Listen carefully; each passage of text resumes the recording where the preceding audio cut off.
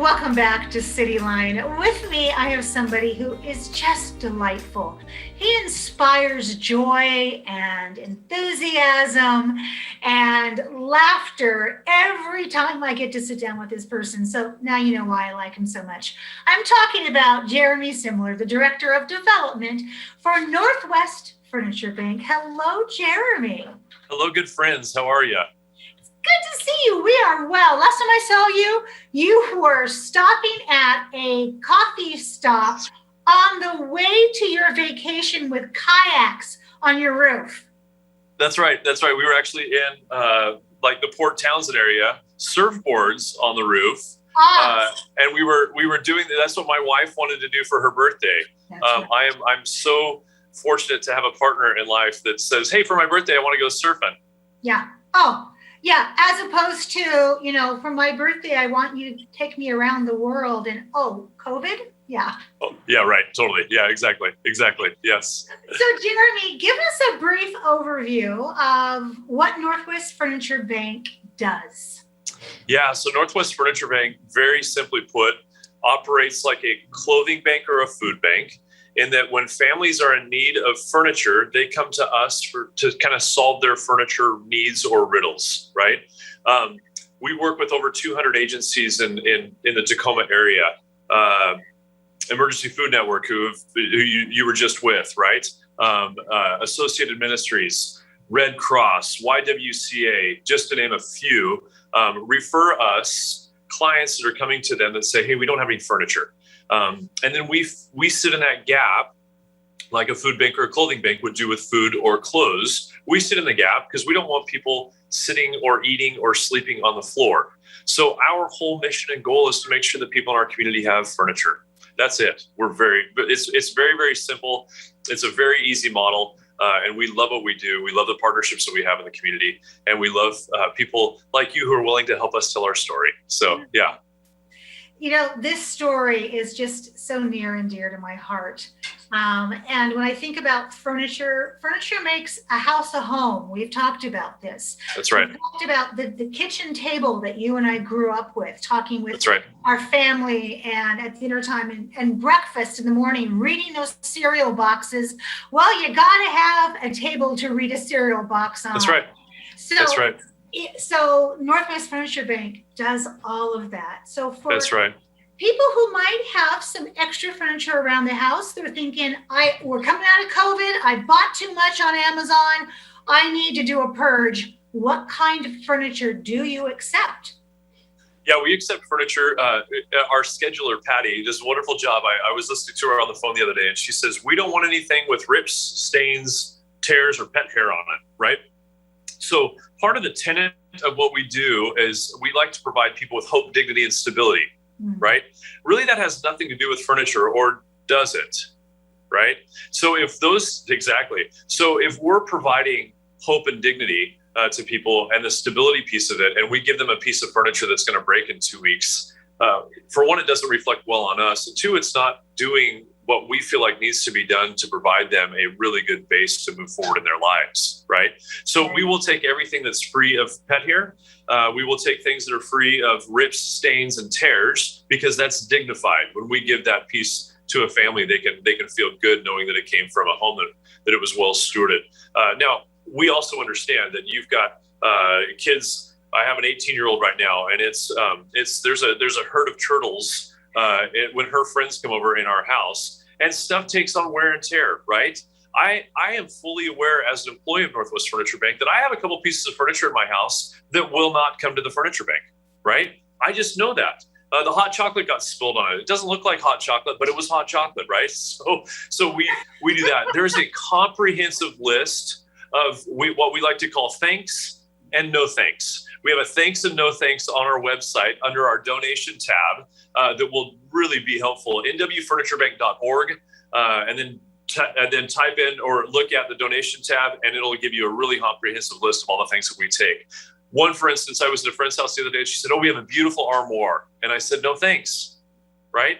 Because people don't use armoires anymore. And she said, "Well, it was for a TV." Well, now we have flat screen TVs, and we put those TVs, so it becomes something that would encumber us or be a liability for us. And we like to steer toward, how about a dresser? right? Where people can put their clothes so they don't have to be on a bag on the floor, right? So really comprehensive list is on our website. Best way, we update it all the time as furniture pieces go in and out of style, as furniture becomes obsolete, because that happens sometimes. We update that list all the time. Also, if you wanted to donate, our donation hours are on the website. Or maybe you don't have a pickup truck and you can't drive yourself down. So you say, well, does Northwest Furniture Bank pick up furniture? And I say, absolutely, we do. We would love to come to your house and pick up furniture. There is a fee we charge for our services because we believe that is hopeful and dignified and helps us be sustainable and stable, right? So there is a fee, but it's nominal. And especially for somebody that could come pick up your furniture and then it would go directly into somebody's house who's sitting or eating or sleeping on the floor. I think you want to click on that tab and get your furniture picked up. So, yep. Absolutely. So do we need to make an appointment for the in-person visit? And let's talk about the in-person visit, because that's part of the dignity. Right.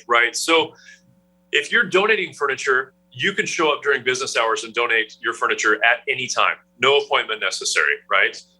If you are coming for an appointment to pick out furniture, if you're a client of Northwest Furniture Banks, then yes, you need to actually make an appointment.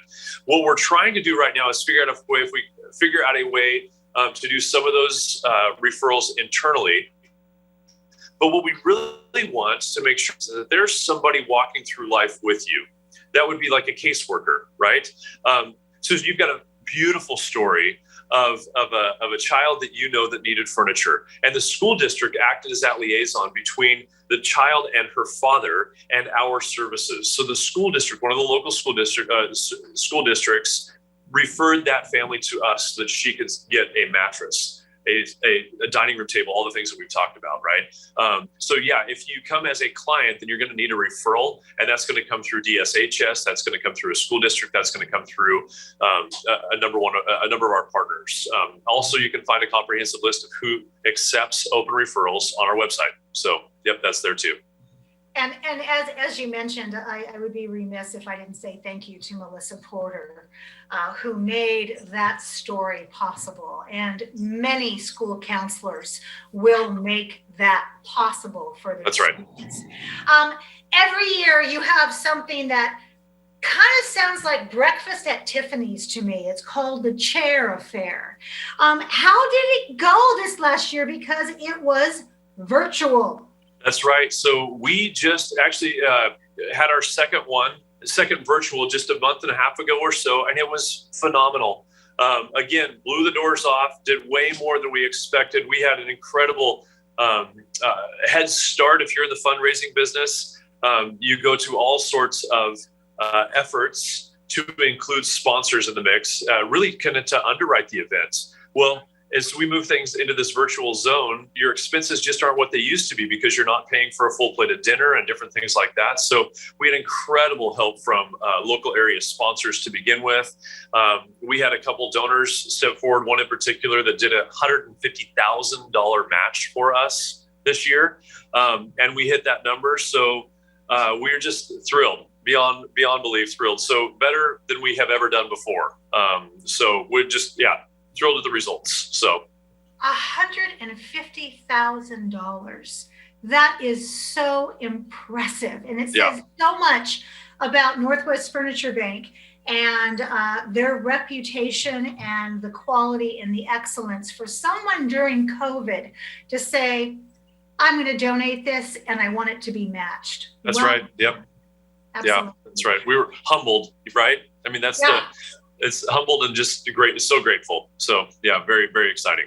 So who do you need to thank, my dear? Because it ramps up all the time there. All the time there is a need being met, and it's different clients, it's different team members. So who do we need to appreciate? Man, I would say that during this last year, a massive, it's been on my heart.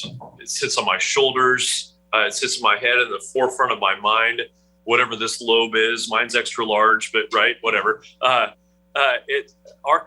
employees have absolutely been outstanding this year. We always say around here that it's because of you, me, right? Because of somebody else's work, I get to do the work that I get to do, right? Because somebody else kind of paved the way. We have truck drivers that in this heat, and this isn't oppressive heat, but it's warm. Sofas and armchairs and furniture doesn't move itself. We have truck drivers that have really not taken a break. They've just kept on keeping on to make sure that families have a dignified place to sit in their home. We have program staff in the back office that are still smiling and dialing. They're calling clients, they're calling donors, they're calling and making sure the trucks are on the road to pick up furniture from your house or their house or his house or her house, right?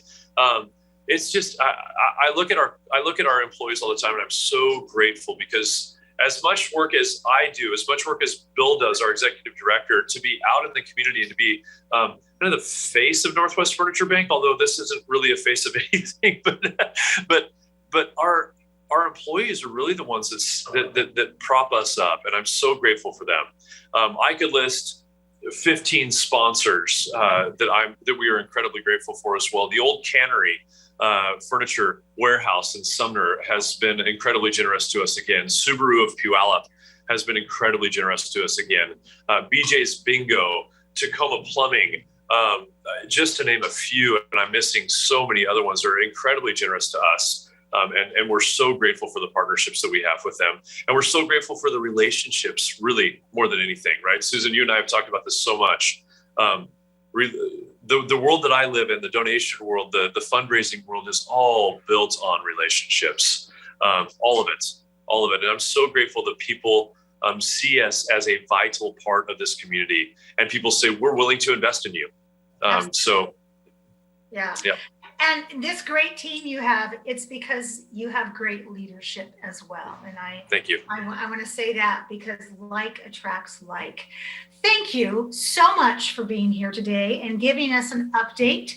And I know come fall, you and I are going to have a chat, maybe on the comfy couch. Wouldn't that be great? That would be fantastic. About fall and coming inside and the new needs the Furniture Bank has to give those people a home. So Jeremy, thank you so much. Always a pleasure. Thank you so much for having me. You're more than welcome. We have much more to come on Cityline, so don't go away. We'll be right back.